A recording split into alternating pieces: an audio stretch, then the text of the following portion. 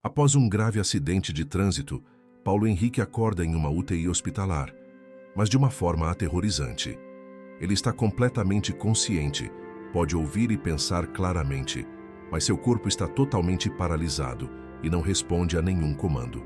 Preso dentro de si mesmo, incapaz de abrir os olhos, falar ou se mover, Paulo é forçado a ouvir uma conversa chocante na madrugada. Seu próprio médico e comparsas planejando desligar seus aparelhos e extrair seus órgãos para vender no mercado negro. Com apenas horas até que o plano seja executado, Paulo luta desesperadamente para encontrar alguma forma de se comunicar, de provar que está vivo e consciente, enquanto experimenta o terror absoluto de estar aprisionado no próprio corpo, ouvindo seu assassinato sendo planejado sem poder gritar por ajuda. Paulo Henrique Almeida tinha 34 anos quando sua vida mudou completamente em questão de segundos. Era uma terça-feira comum, dia 15 de agosto, por volta das 18h30, quando ele saía do trabalho, dirigindo seu carro pela Avenida Paulista, em São Paulo. O trânsito estava pesado como sempre, com milhares de carros avançando centímetro por centímetro em direção aos bairros residenciais da cidade. Paulo estava cansado, depois de um dia longo de reuniões na empresa de tecnologia, onde trabalhava como gerente de projetos. Tudo o que ele queria era chegar em casa, abraçar sua esposa Camila e seu filho pequeno de 5 anos, chamado Lucas, tomar um banho quente e descansar. Mas o destino tinha outros planos para ele naquela noite. Paulo estava parado no semáforo, esperando o sinal abrir, quando ouviu um barulho ensurdecedor vindo de trás. Ele mal teve tempo de olhar pelo retrovisor antes que um caminhão de entregas, cujos freios haviam falhado completamente, colidisse contra a traseira do seu carro com uma força brutal. O impacto foi tão violento que o carro de Paulo foi arremessado para frente, atravessando o cruzamento e colidindo contra outros 2 veículos que estavam parados à sua frente. O som de metal retorcendo, vidros se estilhaçando e alarmes disparando preencheu o ar. E então, silêncio. Paulo sentiu uma dor aguda e intensa na cabeça, como se 1000 agulhas estivessem perfurando seu crânio ao mesmo tempo. Sua visão ficou embaçada, depois escura, e então não havia mais nada. Apenas escuridão absoluta e profunda. O resgate chegou rapidamente ao local do acidente. Bombeiros, paramédicos e policiais trabalharam freneticamente para retirar as vítimas dos veículos destruídos. Paulo foi encontrado inconsciente, preso às ferragens do carro, com ferimentos graves na cabeça e no tórax. Os paramédicos conseguiram estabilizá-lo minimamente antes de colocá-lo na ambulância e correr em alta velocidade para o Hospital Geral de São Paulo, um dos maiores e mais bem equipados hospitais públicos da região.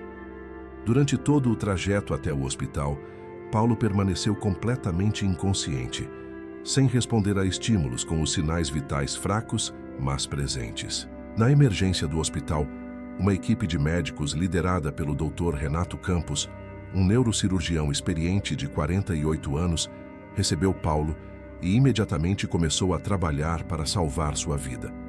Ele tinha sofrido um traumatismo craniano severo, com hemorragia intracraniana e edema cerebral.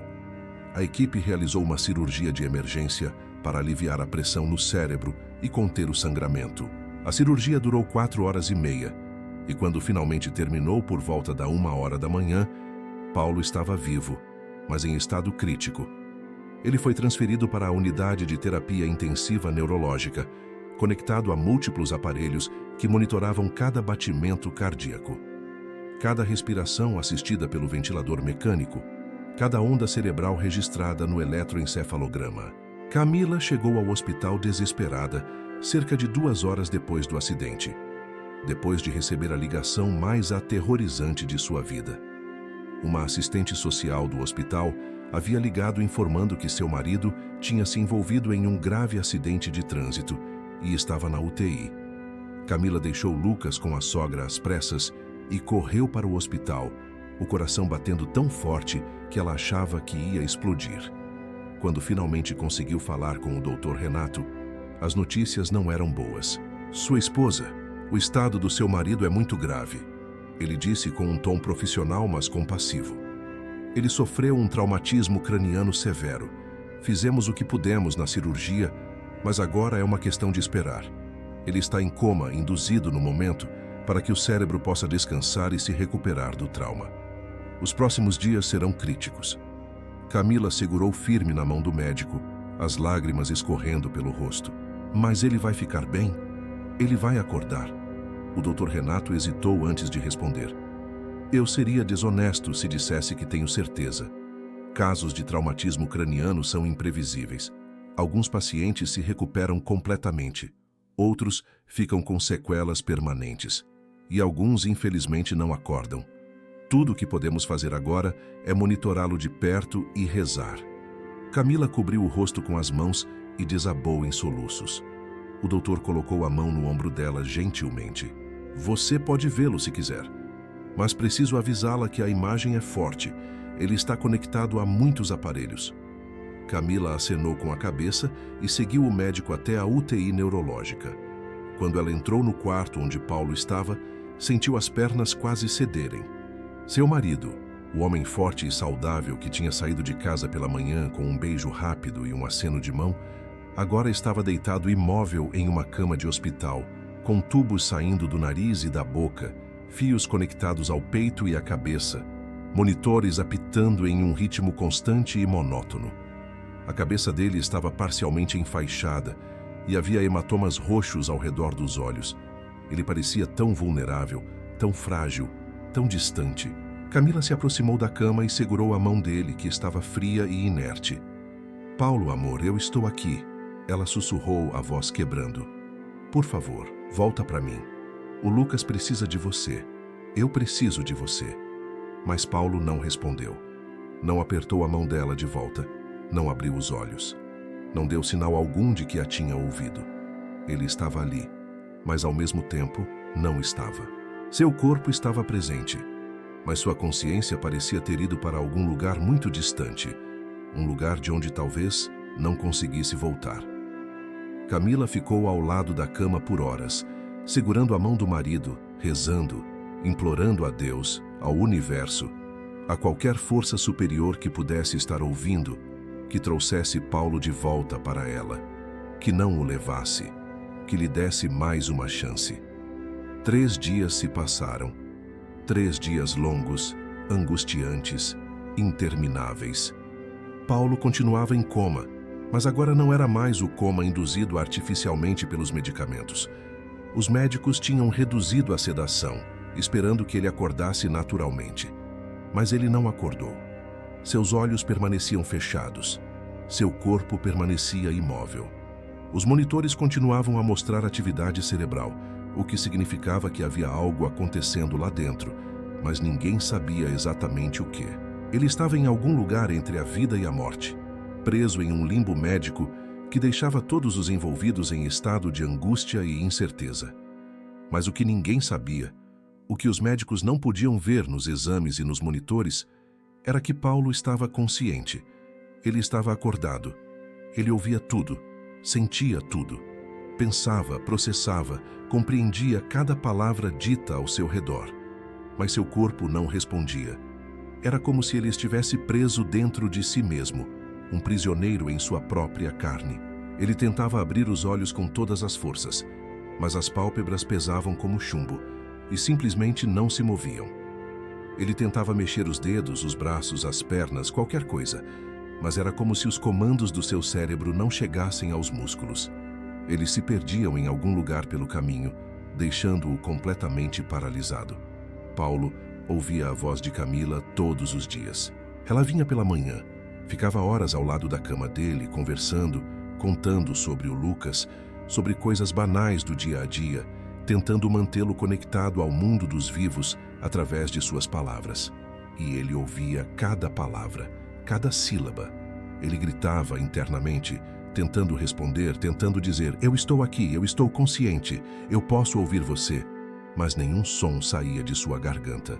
Nenhum movimento traía sua consciência. Para todos ao redor, ele era apenas mais um paciente em estado vegetativo, um corpo mantido vivo por máquinas, sem ninguém realmente em casa. Na noite do terceiro dia, Por volta das 23 horas, quando as luzes da UTI estavam mais baixas e a maior parte dos visitantes já tinha ido embora, Paulo ouviu vozes se aproximando do seu quarto. Eram vozes masculinas, baixas, sussurrando de forma que claramente não queriam ser ouvidas. Uma das vozes ele reconheceu imediatamente. Era a voz do Dr. Renato Campos, o neurocirurgião que tinha operado ele. Mas a outra voz era desconhecida. Um homem mais jovem, pelo tom. "Tem certeza que é seguro?" perguntou a voz desconhecida, com um leve sotaque que Paulo não conseguiu identificar. "Absoluta", respondeu a voz do Dr. Renato. "Eu já verifiquei os últimos exames. Não há atividade cerebral significativa. Ele está tecnicamente morto do pescoço para cima. É só questão de tempo até o coração parar também. E quando isso acontecer, ou melhor, quando a gente fizer isso acontecer, temos uma janela de aproximadamente 6 horas para extrair os órgãos antes que comecem a se degradar." Paulo sentiu um arrepio percorrer toda a extensão da sua espinha, mesmo que seu corpo não conseguisse demonstrar isso externamente. O que aquele homem acabara de dizer? Fazer o coração parar? Extrair órgãos? A segunda voz continuou. "E a esposa? Ela não vai desconfiar?" O Dr. Renato deu uma risada baixa e sem humor. "Ela vai estar devastada demais para questionar. Vamos dizer que fizemos tudo o que podíamos, mas infelizmente o paciente não resistiu. Morte cerebral seguida de parada cardíaca. É um roteiro comum em casos de traumatismo craniano severo. Ninguém vai questionar. E mesmo que alguém questione, os laudos vão estar todos certinhos. Eu cuido disso pessoalmente." Paulo sentiu o terror absoluto tomar conta de cada célula consciente do seu ser. Eles estavam planejando matá-lo. Esses homens, um deles o próprio médico que deveria estar cuidando dele, salvando sua vida, estavam planejando desligar seus aparelhos e roubar seus órgãos. "Quanto a gente está falando?" perguntou a segunda voz. Paulo ouviu o som de papéis sendo folheados. Coração, 2 pulmões, fígado, 2 rins, córneas, pâncreas. Se a gente conseguir extrair tudo em boas condições, estamos falando de cerca de R$800 mil no mercado negro. Talvez 1 milhão se conseguirmos compradores internacionais. A voz desconhecida assobiou baixinho. R$1 milhão por um paciente que já está praticamente morto é um bom negócio. O Dr. Renato respondeu com um tom de satisfação. "E esse é só um. Temos outros 3 na UTI em condições similares. Se tudo correr como planejado, estamos falando de pelo menos 3 milhões nos próximos 2 meses. Paulo quis gritar, quis pular da cama, quis socar aqueles homens, chamar a polícia, fazer qualquer coisa para impedir que esse plano horrível acontecesse. Mas ele não conseguia fazer nada. Absolutamente nada. Ele estava preso dentro do próprio corpo, forçado a ouvir seu próprio assassinato sendo planejado, sem poder fazer nada a respeito. As lágrimas que ele não conseguia derramar queimavam por trás das pálpebras fechadas. O grito que não conseguia soltar rasgava sua garganta internamente. O desespero que sentia era tão profundo, tão avassalador, que ele desejou por um momento que realmente estivesse morto, que realmente não estivesse consciente, porque pelo menos assim não teria que passar pela tortura de saber que ia morrer e não poder fazer nada para impedir. "Quando fazemos?" perguntou a segunda voz. Houve uma pausa. Paulo imaginou o Dr. Renato olhando para o relógio, calculando. "Amanhã de madrugada, por volta das 4 horas. É o horário que tem menos movimento aqui na UTI. Só tem uma enfermeira de plantão e ela é nova, fácil de manipular. A gente entra, desliga os aparelhos e espera a parada cardíaca acontecer, declara o óbito, e então temos nossa janela para a extração. Eu já tenho o caminhão refrigerado esperando no estacionamento de serviço. 6 horas depois, os órgãos estão a caminho dos compradores e a gente divide o dinheiro." A segunda voz deu uma risada satisfeita. "Perfeito. Eu aviso a equipe de extração, então." Os passos começaram a se afastar. Paulo ouviu a porta do quarto ser fechada suavemente. E então silêncio novamente. Mas agora o silêncio era diferente. Não era mais vazio. Era carregado com o peso aterrorizante do que Paulo acabara de descobrir. Ele tinha aproximadamente 5 horas de vida restantes. 5 horas para encontrar uma forma, qualquer forma, de se comunicar com alguém, de avisar alguém, de impedir que esses monstros o matassem e vendessem suas partes como se fosse gado no matadouro. 5 horas para fazer o impossível, mover um corpo que não respondia, falar com uma voz que não emitia som, gritar com uma garganta que estava muda. Paulo começou a tentar novamente, com mais desespero do que nunca. Ele focou toda a sua consciência, toda a sua vontade, toda a sua energia mental em tentar fazer os dedos se mexerem. Apenas um dedo, um mísero dedo. Se ele conseguisse mexer um dedo, talvez pudesse chamar a atenção de alguém. Talvez uma enfermeira percebesse. Talvez ele conseguisse se comunicar através de batidas, de movimentos mínimos. Ele se concentrou no dedo indicador da mão direita, visualizando o movimento, comandando cada nervo, cada músculo, cada fibra a responder. Mexe, mexe, mexe! Ele repetia mentalmente como um mantra desesperado. Por favor, mexe! Mas nada aconteceu. O dedo permaneceu completamente imóvel.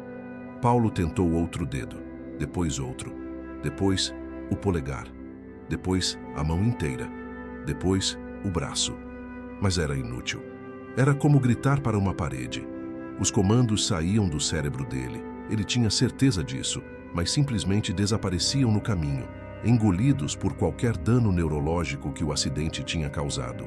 Ele estava completamente, absolutamente, terrivelmente paralisado. E ia morrer assim, preso, consciente, gritando silenciosamente enquanto era assassinado por homens que deveriam protegê-lo. Por volta da meia-noite, Paulo ouviu a porta do quarto ser aberta novamente. Desta vez eram passos mais leves, provavelmente uma enfermeira fazendo a ronda de rotina. Ele ouviu o som de alguém verificando os monitores, ajustando algo nos aparelhos, anotando informações em um prontuário. Mais um dia mais do mesmo. Ele ouviu uma voz feminina murmurar baixinho, provavelmente falando consigo mesma. Coitado, tão jovem. A esposa dele vem aqui todos os dias, sabe? Fica horas conversando com ele. É de partir o coração. Paulo tentou gritar mentalmente para essa enfermeira. Tentou com todas as forças fazer algum som, algum movimento, alguma coisa que indicasse que ele estava ali, que ele ouvia, que ele precisava de ajuda desesperadamente.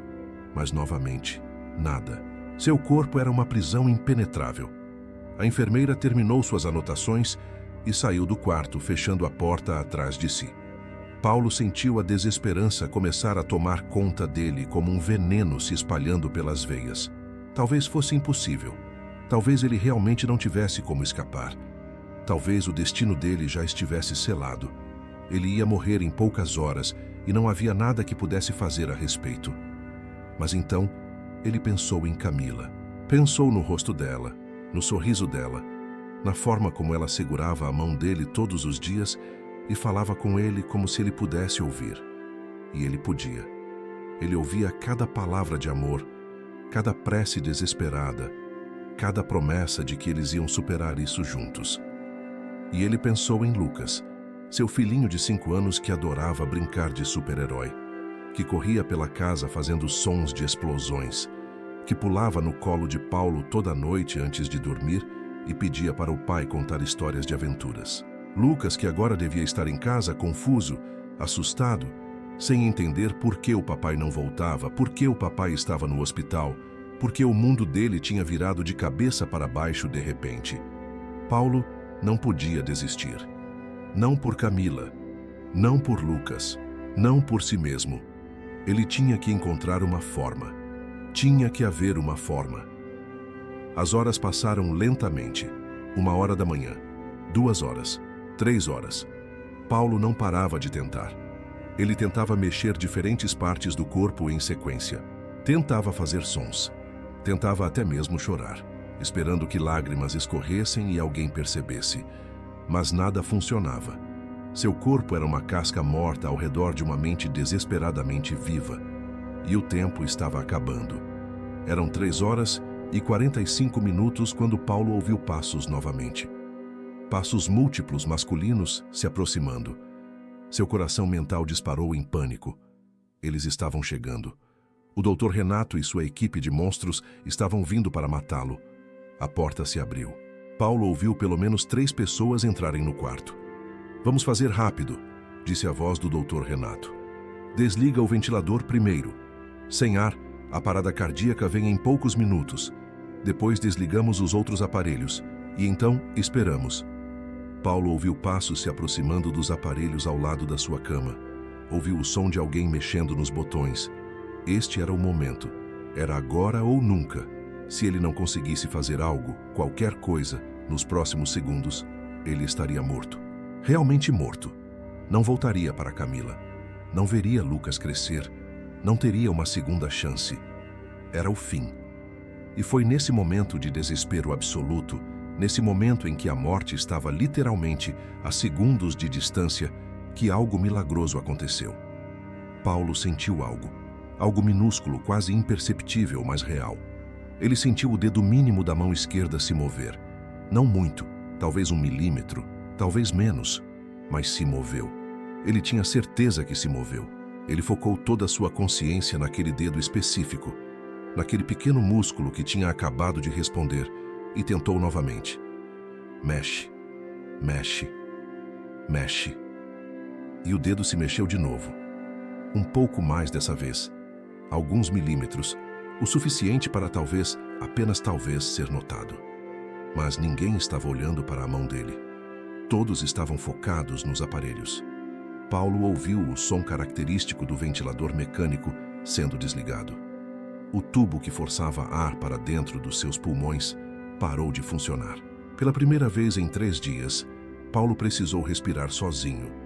E seu corpo, embora paralisado, ainda tinha alguns reflexos automáticos funcionando. Seus pulmões tentaram puxar ar, mas era difícil, trabalhoso, como tentar respirar através de um canudo estreito. Ele precisava de mais tempo. Precisava chamar atenção. Precisava fazer alguém perceber que ele estava vivo, consciente, sendo assassinado. Paulo concentrou tudo no dedo mínimo novamente, e desta vez deu tudo de si. Ele não apenas tentou mover o dedo, ele tentou arrastar o dedo. Tentou fazer o dedo se mover de forma contínua, de forma que fizesse som, de forma que não pudesse ser ignorado. E então, milagrosamente, seu dedo começou a se arrastar lentamente sobre o lençol da cama hospitalar. O movimento era minúsculo, quase imperceptível, mas o atrito do dedo contra o tecido áspero do lençol fazia um som leve, um som de raspagem. Tch, tch, tch. Fraco, mas presente. Durante alguns segundos que pareceram eternos, ninguém percebeu. As vozes dos homens continuavam discutindo em tons baixos sobre quanto tempo levar para a parada cardíaca acontecer.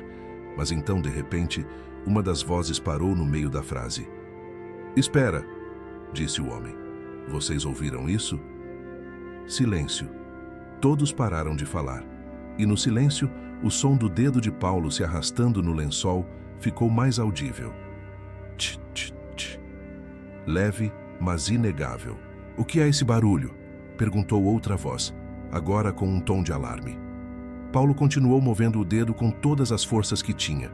Era sua única chance, sua única forma de mostrar que estava ali, que estava consciente, que estava lutando. Alguém finalmente se aproximou da cama. "Dr. Renato, olha aqui", disse uma voz nervosa. O dedo dele está se mexendo. Houve uma pausa tensa. Paulo imaginou o Dr. Renato se aproximando, olhando para a mão dele com olhos arregalados. "Ah, isso é impossível", o doutor murmurou. "Ele não tem função neurológica para movimento voluntário. Deve ser espasmo muscular pós-morte." "Mas ele ainda não está morto", apontou a outra voz. "A gente acabou de desligar o ventilador agora há pouco, e isso não parece espasmo. Parece movimento controlado. Olha, ele está arrastando o dedo de propósito." O pânico estava começando a tomar conta das vozes dos homens. Paulo continuou movendo o dedo, agora com mais força, com mais determinação. Ele arrastou o dedo em padrões. Para a esquerda, para a direita, para cima, para baixo, tentando formar algum sinal, alguma mensagem que não pudesse ser ignorada ou descartada como reflexo. "Liga o ventilador de volta", disse o Dr. Renato de repente, a voz tensa. "Liga agora." Paulo ouviu passos correndo de volta aos aparelhos. O som do ventilador voltou a funcionar e o ar começou a ser forçado de volta para os pulmões de Paulo. Ele continuou movendo o dedo, sabendo que essa era sua única comunicação com o mundo exterior, sua única prova de que estava vivo e consciente. "O que a gente faz agora?" perguntou uma das vozes, claramente nervosa. "Se ele está consciente, se ele consegue se mover mesmo que seja só um dedo, a gente não pode prosseguir com o plano." Houve um longo silêncio tenso. Paulo imaginou o Dr. Renato pensando, calculando, tentando decidir o próximo passo. Finalmente, ele falou: "Vamos dar uma dose alta de sedativo. Isso vai apagar qualquer atividade consciente que ele possa ter. E então prosseguimos conforme planejado. Só vamos esperar mais meia hora para ter certeza que o sedativo fez efeito completo." Paulo sentiu o terror voltar com força total. Eles não iam desistir. Mesmo sabendo que ele estava consciente, mesmo vendo o dedo dele se mover, eles ainda iam matá-lo. Iam sedá-lo até que não conseguisse mais se mover, e então iam prosseguir com o assassinato e o roubo de órgãos. "Não sei, doutor", disse uma das outras vozes, hesitante. "Se ele está consciente, isso muda tudo. A gente pode ser pego. Isso não é mais tirar órgãos de alguém em morte cerebral. Isso é assassinato premeditado. Isso é prisão perpétua se a gente for pego." O Dr. Renato respondeu com irritação: "Ninguém vai nos pegar, idiota. Ninguém nunca descobre. A gente já fez isso com outros 5 pacientes nos últimos 6 meses e ninguém suspeitou de nada. Esse aqui não vai ser diferente. Agora prepara a seringa com o sedativo. Vamos acabar com isso." Paulo continuou movendo o dedo desesperadamente, mas ele sabia que era inútil agora. Eles tinham visto. Sabiam que ele estava consciente e ainda assim iam matá-lo. Ele ouviu passos se aproximando da cama novamente. Ouviu o som de uma seringa sendo preparada. Sentiu o toque frio de alguém procurando pela linha intravenosa no seu braço. Este era realmente o fim. Ele não tinha mais cartas para jogar, não tinha mais truques. Tudo o que podia fazer era mexer minimamente um dedo, e isso claramente não era suficiente para salvá-lo. Mas então uma voz feminina gritou do corredor: "Dr. Renato! Dr. Renato! O senhor está aí?" Era a voz de uma enfermeira, soando urgente. Paulo ouviu o doutor soltar um palavrão baixinho. "O que é agora?" ele murmurou irritado. "Vocês dois fiquem aqui e não façam nada até eu voltar." Passos saíram do quarto. A porta se abriu e se fechou. Paulo ouviu as 2 outras pessoas no quarto respirando pesadamente, claramente nervosas com a situação. "Cara, eu não sei", disse uma delas. "Aquele dedo se mexendo me deixou com um mau pressentimento. E se ele realmente está consciente e consegue ouvir tudo que a gente disse?" "Cala a boca", respondeu a outra voz. "Você está sendo paranoico. Mesmo que ele esteja consciente, o que ele vai fazer? Ele não pode falar. Mal consegue mexer um dedo. Quem vai acreditar nele? Contra a palavra de um médico respeitado como o Dr. Renato? Ninguém." Mas Paulo podia ouvir o nervosismo também na voz desse homem.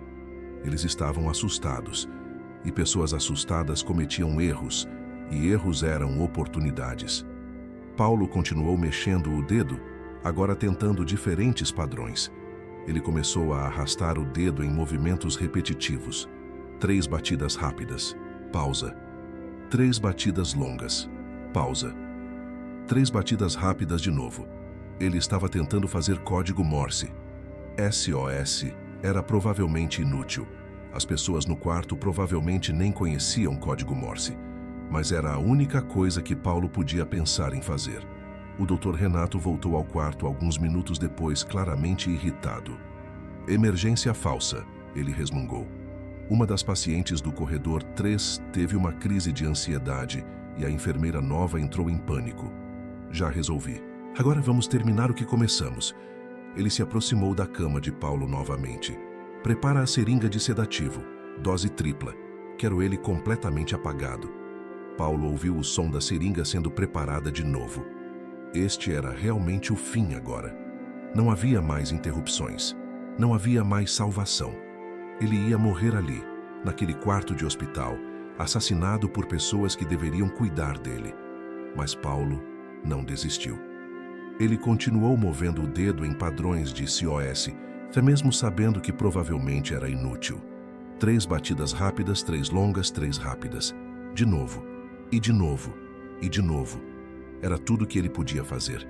Era sua última forma de resistência. Sua última tentativa de gritar para o universo que ele estava ali, que ele estava vivo, que ele não queria morrer. O Dr. Renato segurou a seringa e se aproximou da linha intravenosa. "Adeus, Sr. Almeida", ele disse com um tom de falsa compaixão. "Você vai dormir agora e não vai mais acordar. Pelo menos seus órgãos vão salvar vidas. De certa forma, você vai ser um herói." Paulo quis rir da ironia cruel. Herói. Ele não estava doando órgãos por vontade própria. Eles estavam roubando, estavam assassinando. Não havia nada de heróico nisso.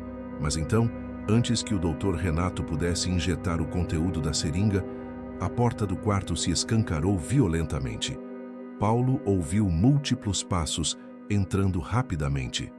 "Polícia! Ninguém se mexe!" gritou uma voz masculina autoritária. O som de armas sendo sacadas ecoou no pequeno espaço do quarto. "Mãos para cima, todos agora!" Houve um momento de confusão absoluta. Paulo ouviu a seringa cair no chão e se estilhaçar. Ouviu gritos, passos correndo, o som de alguma coisa sendo derrubada. "Não se mexam ou eu atiro!" gritou outra voz. "Vocês estão presos por tentativa de homicídio, tráfico de órgãos e formação de quadrilha."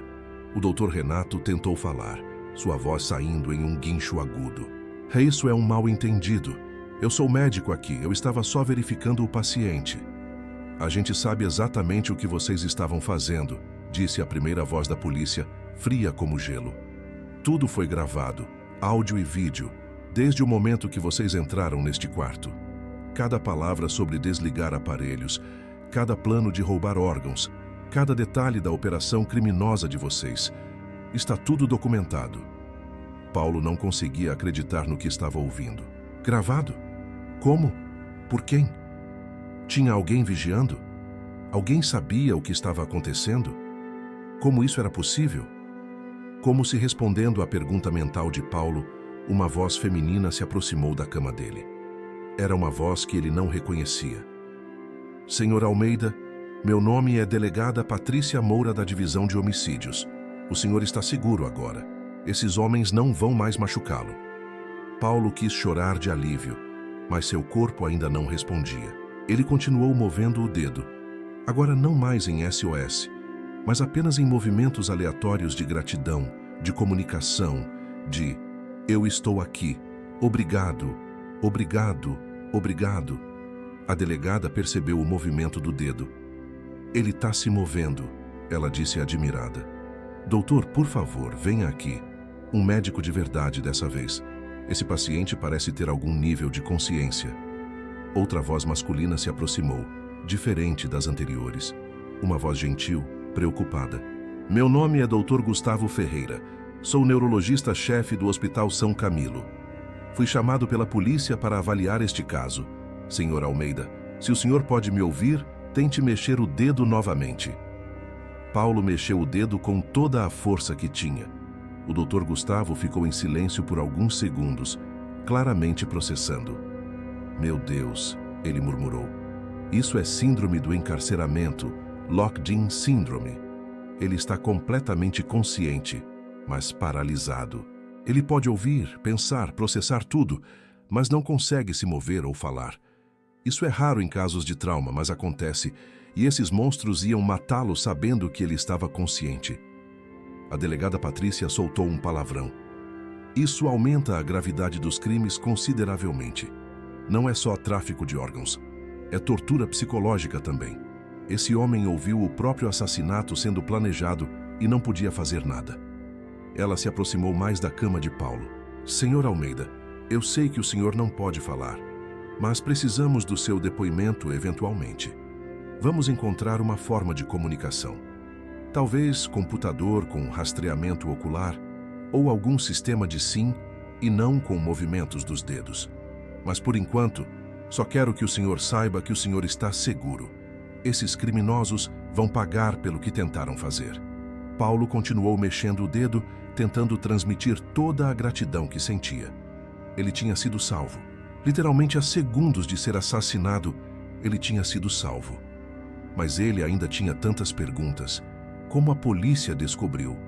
Como sabiam que algo estava acontecendo? Quem os alertou? A delegada Patrícia parecia ler sua mente. O senhor deve estar se perguntando como a gente descobriu, ela disse. Foi sua esposa, Camila. Ela estava desconfiada do comportamento do Dr. Renato.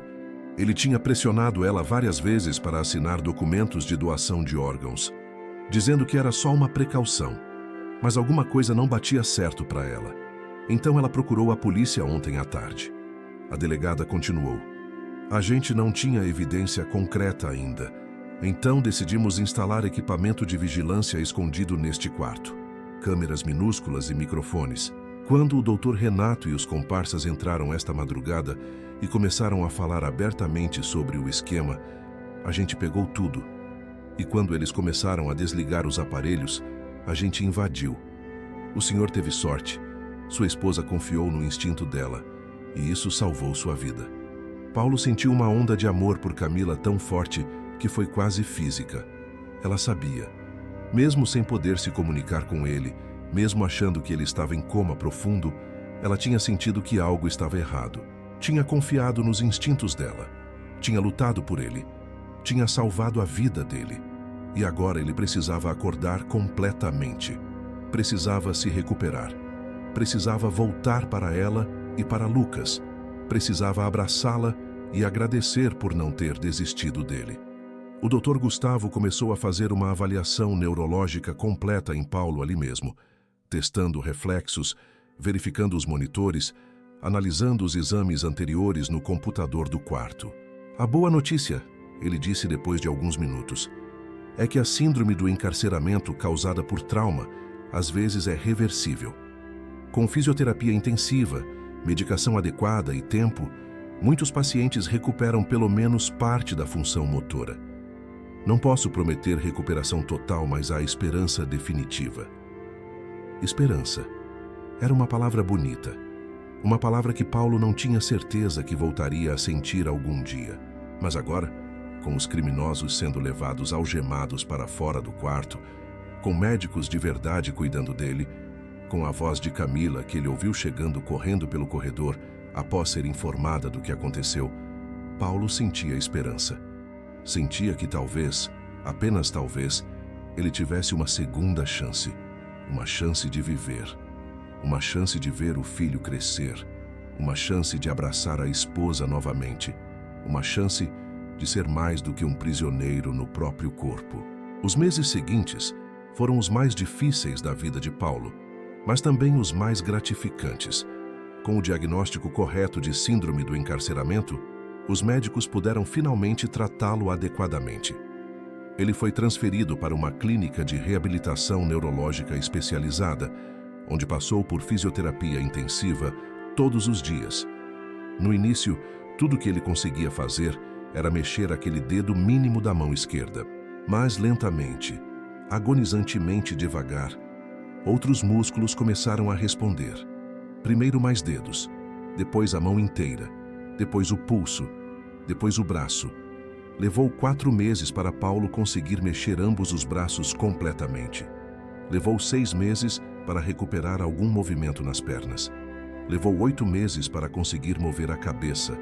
E levou 10 meses, quase um ano inteiro após o acidente, para que ele finalmente conseguisse abrir os olhos sozinho.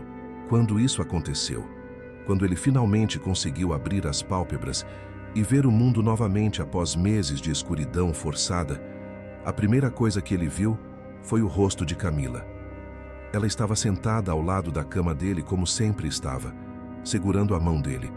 E quando percebeu que os olhos dele estavam abertos, que ele estava olhando diretamente para ela, ela desabou em lágrimas. Paulo, ela sussurrou, mal conseguindo falar através dos soluços. Você voltou. Você realmente voltou. Paulo tentou sorrir, e milagrosamente os músculos do rosto dele responderam. Foi um sorriso pequeno, torto, ainda fraco, mas era um sorriso real. Era comunicação. Era vida. Camila cobriu o rosto com as mãos e chorou ainda mais forte, mas agora eram lágrimas de pura alegria.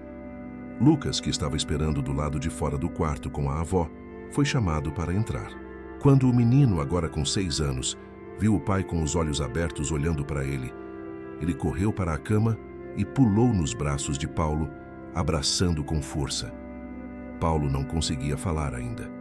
A capacidade de formar palavras viria mais tarde, após mais meses de terapia de fala. Mas ele não precisava de palavras naquele momento. Ele enlaçou os braços, ainda fracos, mas funcionais, ao redor do filho e da esposa. E os 3 ficaram ali, abraçados, chorando juntos, uma família reunida depois de quase ter sido destruída para sempre por homens gananciosos que viam vidas humanas como mercadoria. O julgamento do Dr. Renato Campos e seus comparsas aconteceu enquanto Paulo ainda estava em reabilitação. As gravações de áudio e vídeo capturadas pela polícia foram devastadoras. Não havia defesa possível. As evidências eram claras, incontestáveis, chocantes. O Dr. Renato foi condenado a 35 anos de prisão por múltiplas acusações: tentativa de homicídio, tráfico de órgãos, formação de quadrilha, corrupção.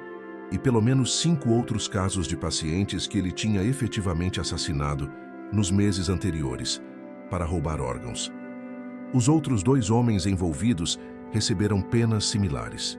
Durante o julgamento, quando Paulo já conseguia se comunicar através de um computador adaptado que rastreava o movimento dos olhos e transformava em texto, ele deu seu depoimento. Ele contou em detalhes dolorosos e vívidos sobre estar consciente, mas preso no próprio corpo, sobre ouvir seu assassinato sendo planejado, sobre o terror absoluto de saber que ia morrer e não poder fazer nada, sobre o desespero de tentar se comunicar e falhar repetidamente, e sobre o milagre de finalmente conseguir mover aquele único dedo no momento mais crítico. O juiz, visivelmente emocionado após ouvir o depoimento, olhou para o Dr. Renato com desprezo puro. "Você jurou proteger vidas", ele disse com voz grave e pesada. "Você era médico, uma profissão de confiança, de cura, de esperança, e você transformou isso em um negócio de morte. Você não apenas matou pacientes vulneráveis, você torturou psicologicamente um homem que estava consciente, mas incapaz de se defender. Você é uma vergonha para a profissão médica e para a humanidade, e vai passar o resto da sua vida miserável atrás das grades pensando no que fez." 2 anos após o acidente, Paulo conseguiu dar seus primeiros passos sozinho. Foram passos trêmulos, inseguros, com a ajuda de barras paralelas e sob supervisão de fisioterapeutas. Mas eram passos, eram movimento, eram liberdade. Camila estava lá gravando tudo no celular, chorando de alegria. Lucas aplaudia e gritava: "Vai, papai, você consegue!" E Paulo conseguiu. Deu 5 passos antes de precisar parar e descansar. E naqueles 5 passos, ele percorreu uma distância muito maior do que metros físicos. Ele percorreu a distância entre morte e vida, entre desespero e esperança, entre prisão e liberdade. Hoje, 4 anos após aquela terrível noite de agosto, Paulo está em casa com sua família. Ele ainda tem limitações. Alguns movimentos são mais difíceis que outros. Sua fala é um pouco arrastada, especialmente quando está cansado. Ele precisa de uma bengala para caminhar distâncias longas. Mas ele está vivo. Ele está consciente. Ele está presente. Ele pode abraçar o filho, pode beijar a esposa, pode rir, chorar, sentir, viver. E isso é mais do que ele jamais imaginou que teria novamente naquelas horas terríveis em que estava preso dentro de si mesmo, esperando a morte chegar. Paulo se tornou um ativista pelos direitos dos pacientes em estado de coma, ou minimamente conscientes. Ele fala em conferências médicas, quando consegue, sobre a importância de nunca presumir que alguém não está consciente só porque não responde. Ele defende protocolos mais rigorosos de avaliação neurológica. Ele luta para que o que aconteceu com ele nunca aconteça com ninguém mais. E ele vive cada dia com gratidão profunda por estar aqui, por ter tido a chance de voltar, por ter tido uma esposa que não desistiu dele e confiou em seus instintos quando algo parecia errado. Esta história nos ensina que a consciência humana é misteriosa e resiliente.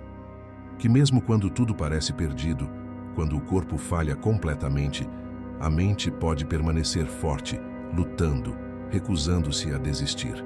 Paulo estava preso na pior prisão imaginável, uma prisão feita do próprio corpo. Mas ele não se entregou. Ele continuou tentando se comunicar, tentando mover aquele dedo, tentando fazer qualquer coisa que provasse que ele estava ali, que ele importava, que ele merecia viver. E essa persistência salvou sua vida. Se essa história te impactou, se te fez refletir sobre a fragilidade e a força da vida humana ao mesmo tempo, deixa seu like aqui embaixo. E se você quer mais histórias emocionantes e verdadeiras como essa, se inscreva no canal Testemunhas Ocultas e ativa o sininho das notificações para não perder nenhum vídeo novo. Seu apoio significa tudo para continuarmos trazendo essas histórias que precisam ser contadas. Agora me conta, você consegue imaginar o terror de estar consciente, mas completamente paralisado? De ouvir tudo, mas não poder responder? Deixe a sua reflexão nos comentários aqui embaixo. E me diz de que cidade você está assistindo esse vídeo. Vou tentar marcar o máximo de comentários possível com um coração. E se você achou essa história intensa, o próximo vídeo vai te deixar ainda mais tenso. Uma imigrante ilegal testemunha uma rede de tráfico humano. Mas sabe que se denunciar será deportada e separada dos filhos para sempre. Quando ela vê uma criança sendo levada, precisa tomar a decisão mais difícil da vida dela. Clica no próximo vídeo agora. Um grande abraço e até a próxima história emocionante aqui no Testemunhas Ocultas.